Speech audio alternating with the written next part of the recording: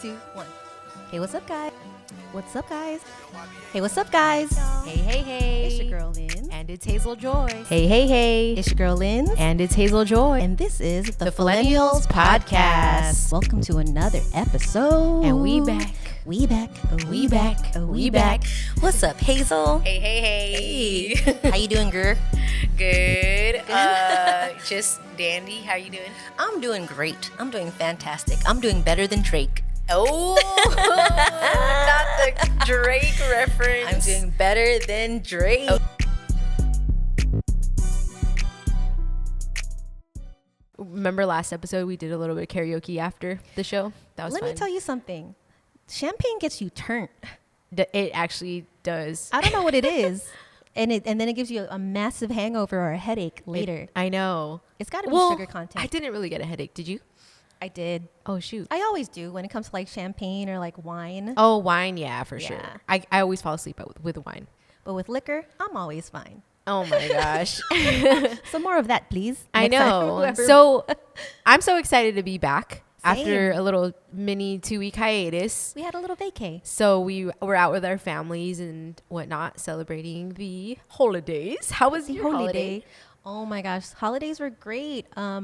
Actually, me and my boyfriend went to New Orleans For Christmas? after Christmas. After Christmas. We went and it was, oh my God, I can talk for hours about the food that we ate and the things that we saw and like our experiences and things like that. There was a Harrah's casino there, so of course we gambled. So, I mean, Of course. New Orleans has everything I could ever want in a city, including a Really? casino. Could you see yourself moving there? You know what? No, because of the hurricanes that happen in the South, I would be a little bit too scared to live there. I can deal with earthquakes. I can deal with brush fires that we don't really I experience. remember I have another cat story that scared me. Should I save it for another day? No, say it, tell it. Okay, really quick so we can move on to what we really want to talk about today. Okay, so I remember there would be a lot of cats. Well, one of my best friends, I don't know, I think there are also street cats that she probably like feeds or her family feeds, or like, I don't know. But I remember a lot of the times I would be in the front of her house, like we would wait in the car because like, oh, you know, when you go out and you're like, you're waiting to pick somebody up, blah, blah, blah. And I'd be chilling in the car and all of a sudden this cat just jumped on the car window, like on the side. Like, how do they do that? They're just like, you know? Oh, shoot. And I would like scream and I'm like, dude, these cats are next level. Like, this is not cool. It would scare me. It'd scare the shit out because I'm already afraid of cats and that happening. It's just like, Yeah. freaks me out even Just more. But jumpy. that was another cat story I Oh, remembered. no. Cats are they're just fast. And they are pretty like aerodynamic compared to dogs. Like they can jump really high. That's true. Yeah, they can jump like on walls and those ledges like Yeah. at your garage that you're talking about. Yeah. So yeah, so my bad. It decided to jump and like latch itself onto your window at that time. Exactly. Crazy critters. Oh my gosh. Well, you know who's also agile and aerodynamic? Who, Usher? That was a terrible segue. Like, cats Usher. So, okay. Super Bowl happened, right? Yeah. And I know we've we're been late, but dying. yeah. We've been dying to talk about the Yes. halftime show Yes. because duh, Usher is my favorite. was down. My first Usher concert was with Lynn's, my husband, my then boyfriend, and my sister, and it was at Staples Center. And I was so happy and excited, but I was bummed because we were all the way in nosebleeds and nobody was jamming out the way I wanted to because I was just like wanting to be up and up, and everybody was just sitting down, and I was like, I need to be down there with the fan, like the hardcore fans. Right. The people that like were letting all the way loose. Yeah. So did I don't remember if I told the concert story yet on the podcast when I did go see him again in Vegas. Finally saw one of his shows. I think briefly. Oh, okay. Well, I saw him, I was like 7 months pregnant. And I remember the year before, I didn't get to see him in Vegas because I just took too long to buy tickets and everything sold out. And I was like, oh, he like has another show again. And so I was like, I'm going to get tickets and I don't care if I'm pregnant this time. And it was so fun. It was definitely a different experience compared to that Staples Center show, just because we weren't so far up. Like I got pretty decent tickets. I was like right behind the DJ, and like Usher was like super close. Like it was like a row in front of me, and then the DJ, and then him. There's like a runway because he ran up down. And like he like danced. So that was a really intimate show, and it was good. It was really, really fun. And then when I found out, he was doing the halftime, I was like, I don't even watch football. So for me, that was my football, like watching Usher. And yeah, that was the time for sure. But yeah, let's go ahead and fast forward it to our generation, our millennial generation.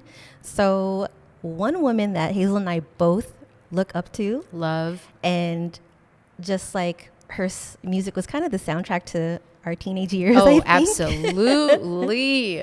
Let the people know who we're going to talk about next. We are talking about Missy Elliott. Missy Elliott. So the one and only Missy Elliott, she is amazing. Off the top of your head, do you have any favorite songs for hers? Yes. One song that will forever, ever be a favorite, number one, mostly because it was the first song I remember her like being like, oh, this is Missy, and it just stuck with me, and I feel like it's a classic, is Get Your Freak On. Yes. That's just number one. Like, you can't beat that. And then when you said it was kind of like the, when we were teens and tweens and stuff, and it's like always, you just think of school dances and, that song. Yes, pep rallies. Get your freak on. And it's Get your freak on. People doing the clown walk to that. And then also, we are so excited to have our favorite fellow Traklife host, the meticulously multi-talented Mark W. in the building. She didn't even stutter. Hey, that was flawless, right? No, it was close. It was close. Almost. See, everybody always does the multi-talented.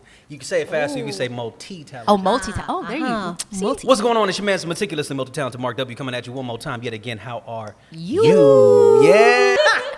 So the reason why we have you here is to talk about your newest venture, which is AA, Artistry Ascending. Yes, indeed. The AA meeting. On Traklife. Traklife.com. Go ahead and subscribe, follow, and do all that goodness. Yeah, so Artistry Ascending is a joint brain baby between that guy, Darius. I'm going to say that name, because we have many Discord conversations, and he wants to make sure his branding is correct. Irv, myself, and I believe Mac chimes in from time to time and lets us know what we can and can't do in the studio. But yeah, it's a show geared to educate and further along artists' careers, help them out and see things from a different perspective, and overall just have a conversation about the stuff that most artists don't really talk about. We have those conversations behind closed doors about how frustrating it is to get your song out and get heard, going through the motions of having a performance, talking to the right people, marketing. All those conversations are being had behind closed doors. A lot of them are happening on other people's platforms, but I don't think they're spoken in large by the artists that are actually going through the motions. So that's what Artistry Ascending is mostly geared towards, is helping out our fellow artists and giving them a leg up, let them know they're not alone. I love that. Yeah. I was going to say the exact same thing. I love that. And yeah, I don't know that there's any other podcast like yours. So I think that's awesome. And I will tell you that I binged it. I binged it all. Oh, that's awesome. Was it bingeable? It was absolutely. Okay. Positively bingeable. It really is. We're so excited. We have a very special guest today, my good friend John, a financial planner. Yay. What's up, everyone? As you know, we're going to have, saying that he's a financial planner, we're going to be talking about money. Shmoney. Shmoney. And we're going to do the shmoney dance. John, what do you think is the biggest common, issue that your clients come to you with? Not necessarily issues. Okay, so I work with Henrys. Have you ever heard of that acronym? No. HENRYS. High earners, not rich yet. Ooh. So they make a lot of money, 200, 300, whatever it may be, but they spend it all. Ooh. Because we live in LA, cost of living. inflation, cost of living. We love to travel as millennials. Yes. We love to eat as millennials, and you can't get out the door without spending $50 on food, That's facts. right? Yeah. And so they make a lot of money, but where does it go? Right. No one has taught them to save, invest, emergency funds, max out 401k, blah, blah, blah, blah, blah. So that's, I guess, the issue, if that's an issue, but like understanding and organizing the money and then creating a plan for it. Following me on my personal Instagram, then I'll talk about it. So I was like, what should I do for the gender reveal? I didn't really have like a party this time, but I asked my mom, do you have any ideas? And she's like, you know what, you should have Malachi dress up. Well, we'll have him covered, and then he'll take off like a jacket or something, and then he'll wear the color like pink or blue. And I thought that was the cutest idea. That was a cute idea. So my mom set it up, and then she was like, I think she was joking at first, like she wanted to put him in a dress if it was a girl, and I'm like, not a dress. I'm like, put him in a color pink or color blue. And then the jacket thing didn't work out because she had him in a full outfit, which I just thought it was going to be just the shirt. But then she had him in shorts too. And so she wrapped him in the towel. And then, because I didn't know like if we couldn't see or not. So I had me and JP hold up a blanket just so we couldn't like peek. Mm-hmm. And then they did a little countdown. And then we like 3, 2, 1. And then, yeah, mostly everybody guessed it was a girl. Did you have a guess if it was a boy or girl? You know what you told me? You're like, I think it's going to be a boy. So in my head, I was like, oh, you're going to have 2 boys. I really thought it was going to be a boy, but I also wanted to be wrong because I was wrong about the first pregnancy. And I was like, oh, it's going to be a girl. And it's weird because I had a dream in the first pregnancy that I had a girl. But maybe that is real, but it's the second pregnancy. Ooh, but see? I had 2 dreams in the first pregnancy, and that second dream, it was a boy. Oh, dang. So it was weird. I was like confused. Wow. Yeah. Your mind was like, you're going to have 2. You just don't know the order yet. I basically. guess. Basically. But shoot, not going to lie, I was relieved that, it was a girl, because then I'm like, all right, cool. I got 1 boy, 1 girl. Like, I don't want any more kids after this because, it's a lot. Pregnancy is a lot. Would you consider tying your tubes, or are you just going to be more careful in the future? I think I'm going to just be more careful because, not going to lie, the tube tying thing sounds kind of scary to me. See, I don't drink soda, so. And this is 12 ounces, and this is 20, so it kind of, still has more. I should have got it. You know what? It says Sprite has no caffeine. I thought they had caffeine in it. Only the dark sodas, I think. Oh. The dark sodas have caffeine. So, what you guys, because I know you guys, which one do you think is Sprite? Which one do you think is Starry? I think the first one was Starry. I want to guess the first one was Starry also. And then the second one is Sprite. Second one is Sprite? Mm-hmm. So, it's kind of switched for you. So, your first one is Starry. Your first one is Sprite. Oh, I was wrong. Nice. It tastes real similar. I got to text mine again. I forgot what I thought. It was really similar, though. Mine was really similar that I was like, ugh, I can't tell. Because the second one, it kind of like, it had like a strong like smell already. And I was like, oh. Like a lemon smell? Yeah. I think this is Starry. You're right. Dang, you guys are good. I think Starry has like more of a taste to it than the carbonation. Yes. I think Sprite has more carbonation than both of them. Right. More than the Star to me. Okay. Well, see, that's why I thought the other one was Sprite, because it had more carbonation. And even just by looking at it, it was like all bubbly, and I smelled like it. Yeah. Interesting. Because is Sprite a Coca-Cola product? Yeah, I think it is. Yeah, Coca-Cola, and I think Star is Pepsi. Pepsi. So one thing I know about Pepsi and Coke is that Coke is a little bitter compared to Pepsi. Pepsi is really sweet compared to Coke, in my opinion. So I feel like it's following the same trend where Starry is a little bit more on the sweet side and Sprite is a little bit more on the carbonated side. Like a little bit more, not as sweet. So what do you guys like better? Shoot. I mean, they would both help me with the stomach ache, that's for sure. Like to throw it back to what I said about this weekend. But yeah, I drank a lot of like lemon lime soda this weekend. But Sprite. I think they both taste pretty good. Yeah. I'm a Sprite guy. I like the carbonation. I think like the Star tastes a little too much fruity to me. Like It's more like fruit juice than it is soda. Like a punch more than a soda. Yeah. I would definitely choose Sprite too. I've always been more of a Sprite person. Got it. I think that the Sierra Mist was really good, and then Starry, I don't know. It's not something I'm like, oh, let me go get that Starry in the grocery store, you We're know? going to get that Starry right now. You know what? I don't know if I've ever seen Sierra Mist in the grocery store. I only seen it at like restaurants, That's like true, fast too. food. And whenever I get a Sierra Mist, it's like the most fizziest, like most satisfying soda ever. Yeah, Like it was very fizzy. like you're drinking winter. So good. All right, so Hazel, we're gonna get into today's topic. Yeah. So we're the Fillennials, and you know that's half Filipino, half millennial, and we're gonna get into some Filipino things, right? So one thing I love about our culture are the family parties that we get to have whenever, you know, there's something to celebrate. Mm-hmm. And let me ask you, what are the two main things that make a Filipino party a Filipino party? The food and the karaoke. Karaoke, baby. You know, it was just a matter of time before we're going to talk about one of our favorite pastimes as Filipino Americans and Filipinos in general, singing karaoke. So I can't remember whenever there was ever a time where I had a family party with my aunts, uncles, and cousins where there wasn't anyone singing. Same. Like I really can't. It's definitely a staple. And just in general, I think Filipinos love to sing. Did your family have the magic mic? We did. Actually, I have my aunt. She loves to sing, and she definitely had the magic mic with the book. Mm-hmm. And funny enough, I think they changed the name from Magic Mic to Magic Sing. Oh, is that why? Okay, I didn't know that. But yeah, the magic mic was like so fun to use, but then I don't know, that thing is like rigged. No, I'm just kidding. Oh, because it would score you at the end. Oh it's my like up to 100, right? I think, you know what? Some people say 99.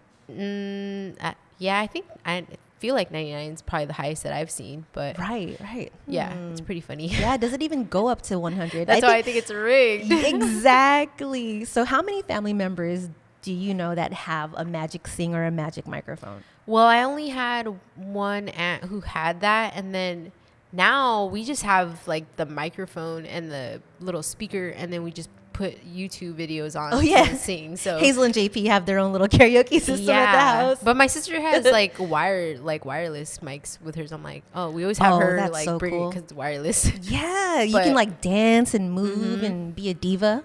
you But know? Malachi, he just hogs that thing because he loves it. He loves singing. He's like a little baby entertainer. Oh Like my he just gosh. likes to take the mic and start singing. Like he'll just press it on and he'll just get the mic and start doing his thing. Just start babbling. Yeah. Oh my gosh, I didn't tell you. On Saturday we did, really quick side note story that just reminded me, and I think you'll find this funny because we used to go out a lot together, and this is how I know that he really is my son. We went to a family or like a kid's birthday party on Saturday, and he was like, we were inside the living room playing, and then they were playing music in the backyard, and it was hip hop, and he was like pointing to his ear, which is like kind of a new thing, like here, like he's like here, like he hears things. And then he like pointed outside, and then he takes my hand and he pulls me to the backyard where the music's playing, and then he just starts dancing by the music, and I was dying because How cute. I was laughing because I was like, dude, he really is my son, because this is literally what I do if I go out. I go where the music is and I just want to dance. I got induced. The day that I got induced, it was so busy, and so I was pretty much like, my appointment was in the morning, 7 or 8 in the morning. I was there early, and then I didn't get officially admitted until, I swear, it was like 6 or 7 at night. But check this. So I got admitted, and then it kind of worked out for me because by the time I did get admitted, all the patients cleared out, and it was just me, they said. And then check this, all the nurses were Filipino. Hey, there we go. And then, I think when I was in labor, JP's mom had visited and brought food. Well, I was already on a strict like liquids or ice only diet, so I couldn't really eat, which was really sad. That's probably the saddest part of my whole like labor thing. But yeah, it's sad. And then you're starving after because you haven't eaten like anything real like for the whole whatever. But anyways, so she brought Jollibee. And then, so when she was coming to the room, like, I think she was telling us the story, like, how all, like, the nurses, and I just said they were all Filipino, were like, ooh, like, bug-eyed, like, ooh, Jollibee. And then she did bring so much Jollibee that we were like, go, you know, we told her to, like, give the nurses some food. So, so JP gave them some food and they were so happy. But yeah, I just thought it was funny. They were all like Filipino. Yeah, and you know, it's kind of almost kind of become a stereotype. I can remember vaguely someone asking me what I did for a living, and before I could answer, they said, "Wait, are you a nurse?" And I'm like, "No, I'm not. Why would you ask that?" And so let me just preface this by saying that I feel like a lot of Filipino stereotypes I didn't really know of until I was like well into my adulthood.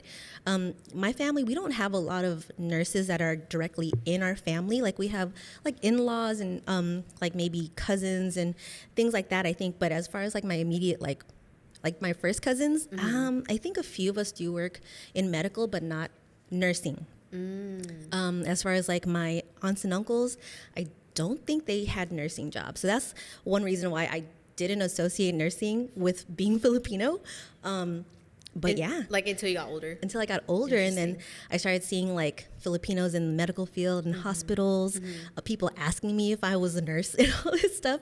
And I was like, so what is up with this? So I never really like got into like the reason why. Like I never thought to look for answers as to why there's so many Filipinos in the in hospitals and the healthcare industry.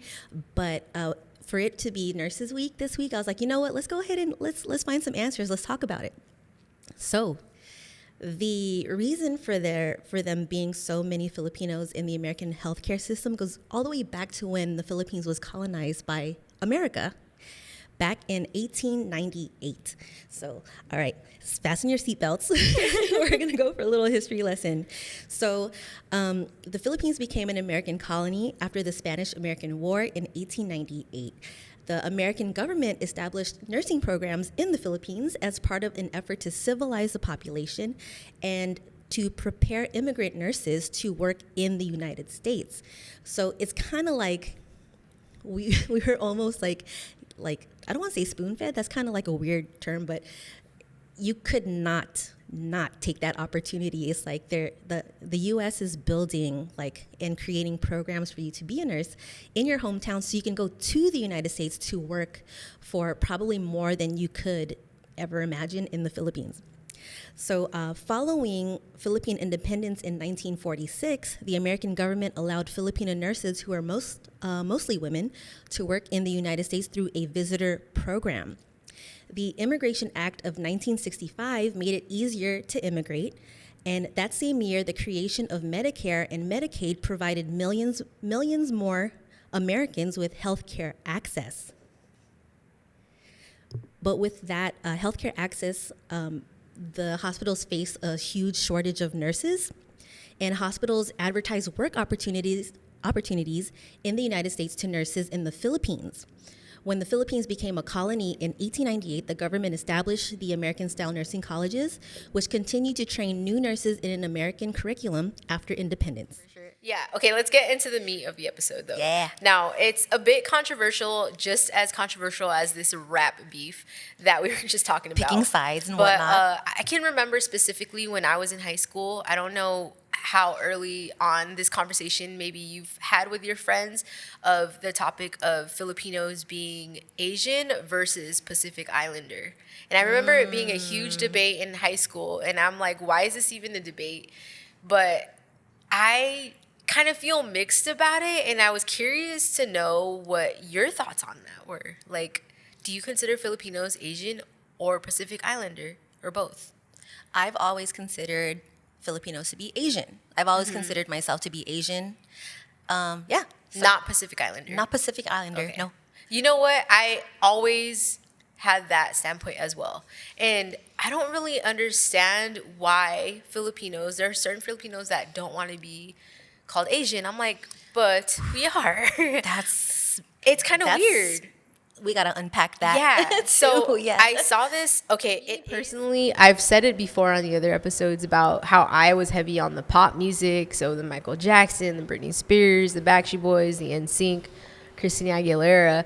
And then I think I didn't even learn really like hip hop until I got into high school from my friend, and it was like a Tribe Called Quest, Farside. Yeah. But I still wasn't into it like heavy, but that was when I was introduced to it. So I didn't even get into the Biggie and Tupac till maybe college. I don't know. Yeah. Like, I feel for you. me, yeah. I feel like I was late to a lot of people's music. Yeah. Like, for example, in high school, I was like very much pop, right? And alternative rock. Yeah, That was yes. heavy then for sure. Yes. So then, like later on, like after college age, I started like going back a few years and like listening to the golden era hip hop, and I was like, oh shit, all right. So instead of me just knowing 2 Tribe Called Quest songs, I'm over here like downloading like 5 of their albums, and like I guess we can talk about this later, but Mos Def was like one of my favorite rappers for a long time. Def. Yeah, Black on Both Classic. Sides and Black Star. Black Star with Talib Kweli. I was like, wow, this is hip hop. This is what hip hop is supposed to be. But no, I feel you on that. Yeah, I mean, I think like in elementary school, I was kind of more into like the mainstream hip hop. Yeah. And then high school, it was all the pop stuff like Britney Spears, Backstreet Boys, Mandy Moore, all that stuff. Mandy Moore, Mandy heavy Moore. Mandy Moore. Yeah, and then like the very Spice like Girls. pop type R&B. So like a lot of the Usher TLC, stuff. Yeah, Usher. TLC, 702. 3LW. 3LW. Oh my gosh. With the little no gap. more. Say it again, say it again. I promise it's a promise, it's a broken promises. We're gonna have to have a karaoke night. Invite all everybody out. Dang. On it. Hey, those were the jams though back in the day. Still lagging on making that little jingle for the Yeah, show. I know. We said this in one of our older episodes. Like, if you guys have any jingle ideas for us, any theme song ideas for us, don't be shy. Share them. We might use it. You know what I mean? Maybe we might. might. You know. But aside from so, go ahead All and right, grab we're a gonna try one. piece, and you could take this plate. Take this one? Yes. Okay, And cool. then me and Hazel are gonna try a little bit, A little bit. and we're gonna see what our thoughts are. Cheers. Cheers. Here. You said this is like a yam? It's purple yam. It's like Okay. purple sweet potato. Can I get to the yams? Purple yams. It's good. I ain't gonna front. This It got him tasty. singing. It's pretty mild and flavor. At the end of December, basically for the holidays, my mom and a few of my family members went to the Philippines. And when she came back, of course, you got to bring back the pasalubong, which is basically snacks and treats from the motherland back home. And one snack that she brought that I really love is called butter coconut crackers from the brand that brings you top ramen, the Nissin brand. Oh. So I really like this. It kind of reminds me a little bit of like a graham cracker, like a honey graham cracker, but it's coconut butter.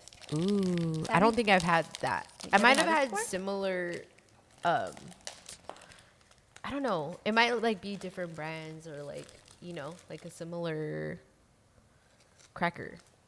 Oh wait, actually no, I think I have had this. It's like basically like a glazed graham cracker. So it's a cracker with, the coconut butter glaze on top. And it's so delicious, so good with a black cup of coffee. Oh, Ooh, now I want. Ooh, we should have made some coffee with the cake, coffee and cake. oh shit. I actually got my little coffee. Okay, well, before we end the show, let's take one more little cheers. One more cheers. To our first episode back of 2024. Yes, sir. New Year. Happy New Year. Happy New. And Oh, man. but you know what? If you don't listen to the next episode, you're going to have bad luck for 7 years. I'm just That's right. That's a new one, but it's 100% true. And I think with that being said, I think that concludes this episode. I think we left that on a good note. I definitely want to hear what superstition you guys have been taught or grown up with, and let us know. Yeah, let us know. Let us know what you think about this episode. Also, let us know what you want us to cover next. We're open to any and all ideas. That doesn't mean we're going to do it, but we're just open to listening to it. All right. Well, with that being said, Thanks for tuning in. thanks for tuning in. It's your girl, Lindsay Does It. And I'm Hazel Joy. And we'll catch you next time. Peace. Bye.